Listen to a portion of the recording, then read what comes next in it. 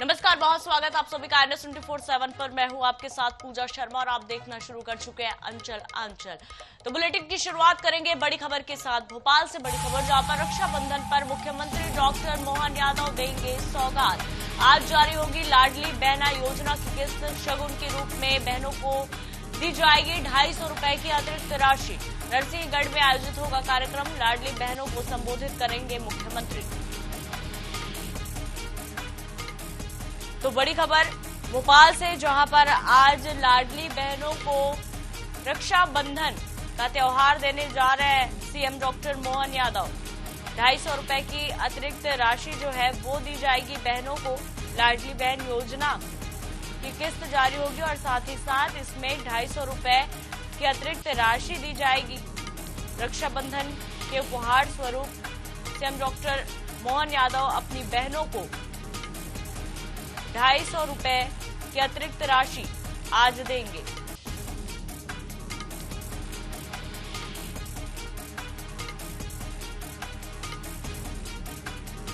तो लाडली बहना योजना की 27वीं किस्त आज जारी की जाएगी।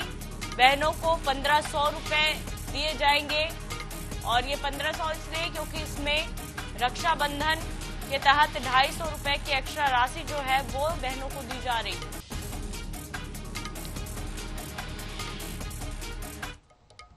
रुक कर लेते हैं अगली बड़ी खबर का। भोपाल से बड़ी खबर, जहां पर मध्य प्रदेश में धूमधाम से मनाई जाएगी जन्माष्टमी। सीएम डॉक्टर मोहन यादव ने ली समीक्षा बैठक। कार्यक्रमों की तैयारियों को लेकर की समीक्षा बैठक। श्री कृष्ण पर्व पर होंगे प्रदेश में गरिमामय आयोजन। हलधर महोत्सव और लीला पुरुषोत्तम का प्रकोत्सव, तैयारियों को लेकर दिए गए अहम दिशा निर्देश।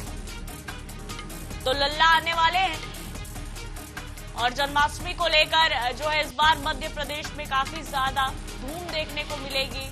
लल्ला के स्वागत के लिए कई बड़े भव्य आयोजन यहां पर आयोजित किए जाएंगे, जिसको लेकर सीएम यादव ने एक बैठक भी ली। समीक्षा बैठक में आवश्यक दिशा निर्देश भी दिए गए। हलधर महोत्सव और लीला पुरुषोत्तम का प्राकट्य उत्सव को लेकर और साथ ही तैयारियों को लेकर कई अहम दिशा निर्देश दिए गए हैं। तो मध्य प्रदेश में धूमधाम से किया जाएगा लल्ला का स्वागत।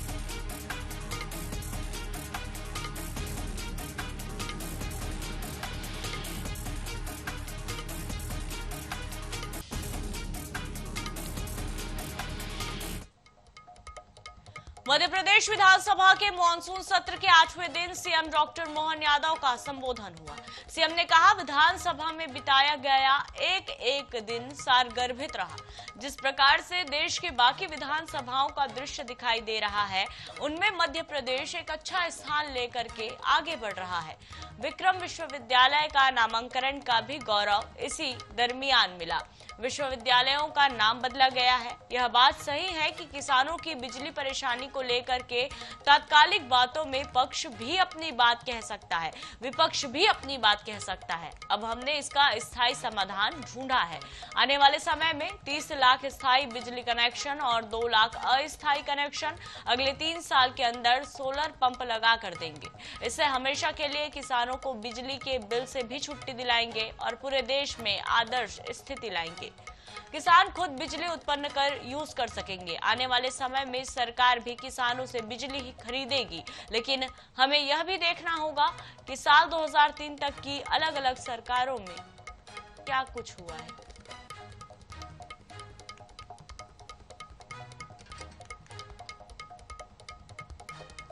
खजुराहो के भियाताल गांव में माध्यमिक विद्यालय से हैरान कर देने वाली तस्वीर सामने आई है, जहां प्रभारी शिक्षिका विमलेश गुप्ता कक्षा में बच्चों के बीच सोती हुई कैमरे में कैद हो गई। बच्चों ने बताया कि मैडम हर रोज सो जाती है और कई बार बिना सूचना के स्कूल से छुट्टी पर भी रहती है। स्थानीय लोगों का कहना है कि शिक्षिका की लापरवाही लंबे समय से जारी है, लेकिन जिम्मेदार अधिकारियों ने अब तक कोई भी कार्रवाई नहीं की है। मामला सामने आने के बाद चंद्रनगर शंकुल प्राचार्य ने कहा कि जांच की कार्रवाई की जाएगी।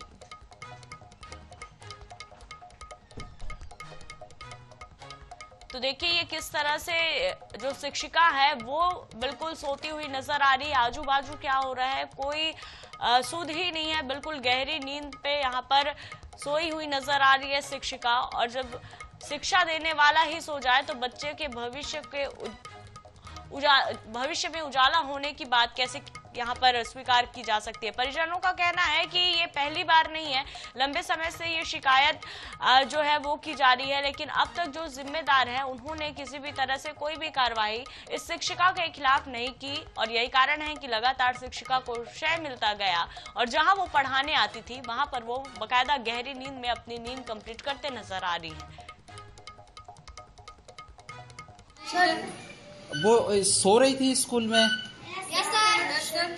स्कूल में सोती रहती है? तो पढ़ाती क्या है? सिर्फ स्कूल में सोती है?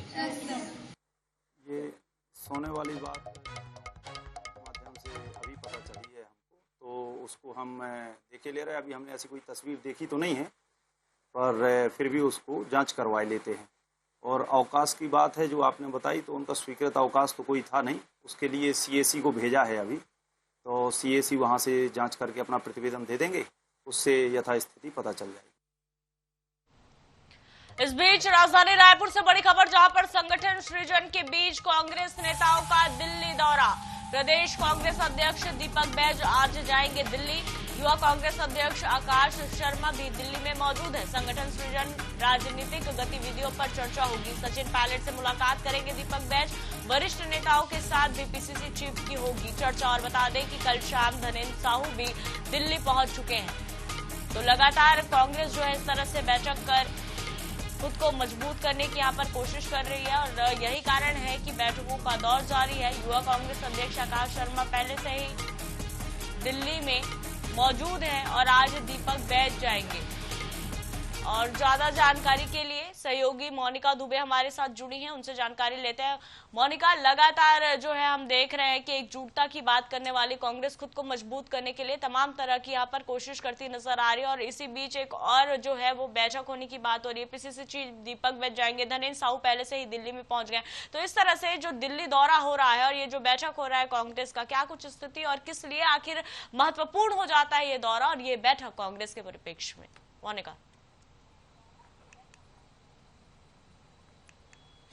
जी बिल्कुल, देखिए संगठन सृजन के बीच में कांग्रेस में के पीसीसी चीफ दीपक बैज का आज दिल्ली दौरा है। काफी ज्यादा खास और काफी ज्यादा अहम ये दौरा जो है वह माना जा रहा है। जहां तक एक और संगठन सृजन की बात की जा रही है, वहीं दूसरी ओर आज दिल्ली दौरे पर रहने वाले हैं पीसीसी चीफ दीपक बैज और प्रदेश युवा कांग्रेस के जो अध्यक्ष है आकाश शर्मा, पहले ही वो दिल्ली में मौजूद है और आज दीपक बैज भी दिल्ली दौरे पर जाने वाले हैं। दिल्ली दौरे पर जाकर वहां छत्तीसगढ़ के जो प्रभारी है सचिन पायलट, उनसे मुलाकात जो है वो होने वाली है। साथ ही साथ प्रदेश कांग्रेस कमेटी जो पीसीसी के जो नेता है वो मुलाकात करेंगे और साथ ही साथ वहां वरिष्ठ नेताओं से भी मुलाकात होगी। दिल्ली में जितने जो वरिष्ठ नेता है संगठन से जुड़े उनसे मुलाकात होगी। कई मायनों में जो अहम और खास ये मुलाकात जो है वो मानी जा रही है लंबे समय से, क्योंकि कवायद लगाए जा रहे हैं संगठन सृजन को लेकर। ऐसे में ये जो दौरा है काफी खास माना जा रहा है। लगातार पहले भी दीपक बैज दिल्ली दौरे पर रहे हैं। कई बार संगठन बदलाव को लेकर भी कांग्रेस नेताओं की बड़ी जो बैठक है वो राजधानी रायपुर समेत कई जगहों पे देखने को मिली। साथ ही साथ अगर बात की जाए तो दिल्ली दौरे से लौटने के बाद कई कवायद जो है वो लगाए जाते हैं। ऐसे में आज दिल्ली दौरा है तो देखने वाला विषय ये होगा कि संगठन सृजन के बीच में पीसीसी चीफ दीपक बैज का ये दौरा कितने मायनों में अहम निकलकर सामने आता है और क्या कुछ इस दिल्ली दौरे के मायने निकलकर सामने आते हैं। बिल्कुल मोनिका, और कहीं ना कहीं वरिष्ठ नेताओं से मुलाकात भी करेंगे तो कहीं ना कहीं ये भी माना जा रहा है कि ये दिल्ली दौरा कई मायनों में बेहद खास होने वाला है। हालांकि रिजल्ट क्या आता है ये तो आने वाले समय में पता चल जाएगा। बने रहिएगा मोनिका, आगे भी जानकारी लेते रहेंगे। विधायक देवेंद्र यादव आज जाएंगे सेंट्रल जेल। जी हाँ, ये बड़ी खबर आप तक पहुंचा रहे हैं रायपुर से, लेकिन क्यों जाएंगे जेल ये जरूर आपको स्पष्ट किए देते हैं। तो सुबह 11 बजे सेंट्रल जेल जाएंगे विधायक देवेंद्र यादव, जेल में बंद चैतन्य बघेल से मुलाकात करने के लिए। शराब घोटाला और मनी लॉन्ड्रिंग मामले में चैतन्य बघेल की गिरफ्तारी हुई है, जिसको लेकर अभी भी सियासत गरमाई हुई है और कहीं न कहीं गिरफ्तारी की जो तार है, जो तलवार है, वो पूर्व सीएम भूपेश बघेल पर भी लटकती हुई नजर आ रही है। तो फिलहाल आज सेंट्रल जेल में विधायक देवेंद्र यादव चैतन्य बघेल से मुलाकात करेंगे, हालचाल जानेंगे। जेल में बंद है चैतन्य बघेल और लगातार जो है इस मामले को लेकर छत्तीसगढ़ की सियासत भी गरमाई हुई है। सुबह 11 बजे सेंट्रल जेल पहुंचेंगे देवेंद्र यादव, जहां जाकर वो चैतन्य बघेल से जो है वो मुलाकात करेंगे। तो लगातार मोनिका हमारे साथ बनी हुई है, उससे जानकारी ले लेते हैं। मोनिका, आज देवेंद्र यादव जो है वो सेंट्रल जेल जाने वाले हैं और लगातार कांग्रेस के नेता जो है वो जा रहे हैं, मुलाकात कर रहे हैं, सियासत भी गरमाई हुई है। तो क्या लगता है सेंट्रल जेल जाने के दौरान, क्योंकि अब विधायक देवेंद्र यादव सेंट्रल जेल जा रहे हैं और बिल्कुल अगर कहें कि सिंपल वो चले जाएं ऐसा तो नहीं हो जाता है, बयानबाजियों के तलवार भी वो कई गंभीर छोड़ते हुए नजर आते हैं, तो किस तरह से ये मुलाकात को देख पा रहे हैं?